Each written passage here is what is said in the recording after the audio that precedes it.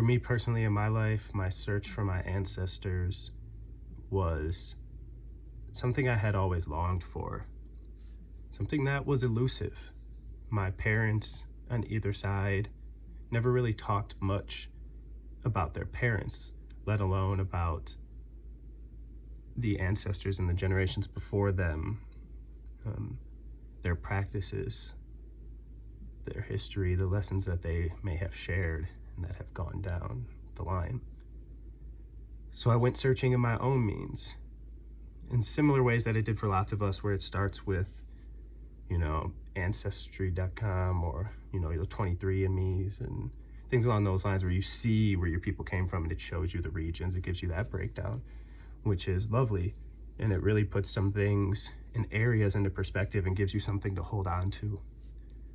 And for me, in a lot of ways, the biggest piece was the spiritual connection in a very shamanistic, yogi, meditative type of way, trying to connect with them during my meditations, during my walks, during my day-to-days and my thoughts and while I contemplate, and trying to reach out to them in any ways that I can in search of answers, in search of connection. To be honest, when I was searching for that connection, I fully expected to find pain, sorrow, a lot of anger, a lot of suffering. Being a person of color whose ancestors on one side of my line were stripped of their homelands during the slave trade. And so I expected all of the sorrow and misery that came with that, the loss of culture. The more I searched, though, the more I received answers and connections. What they showed me really changed my perspective of what I expected to find to what was true. That search and that looking from the angle of anger, pain, sorrow, madness, loss was not exactly what I found, and it was surprising to me. What I did find and what they showed me was their joy, their happiness, their love, the community, the friendships, that sometimes they laughed and told jokes. That despite the pain, the sorrow, the suffering, all of those things that I was looking for and expect to be right at the forefront, what they cared most about was that love and that community of those around them, and that's what kept their culture alive. Sure, there was a dash of rage and anger, sorrow, and all of that, but that wasn't the predominant experience for them.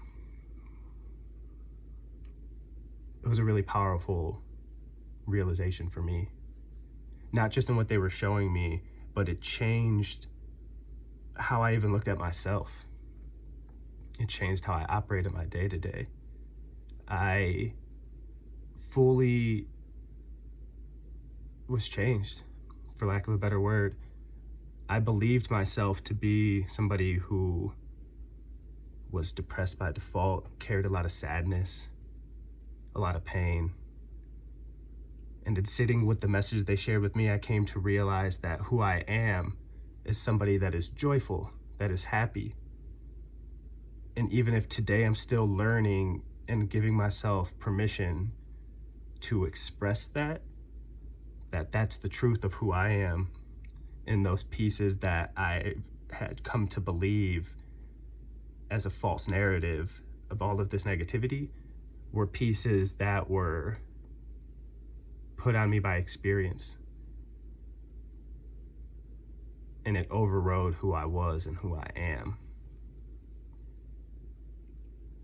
What a powerful realization, what a powerful change, that looking back for my ancestors and connecting with them seemed to have put a line through the generations that really helped me digest some of my own trauma, digest some of their trauma, and understand that even in the pain, even in the sorrow, even in a day that's completely miserable, that what matters most is the love and the joy, the community, the people, the friends, the family, those that I love, those that they loved.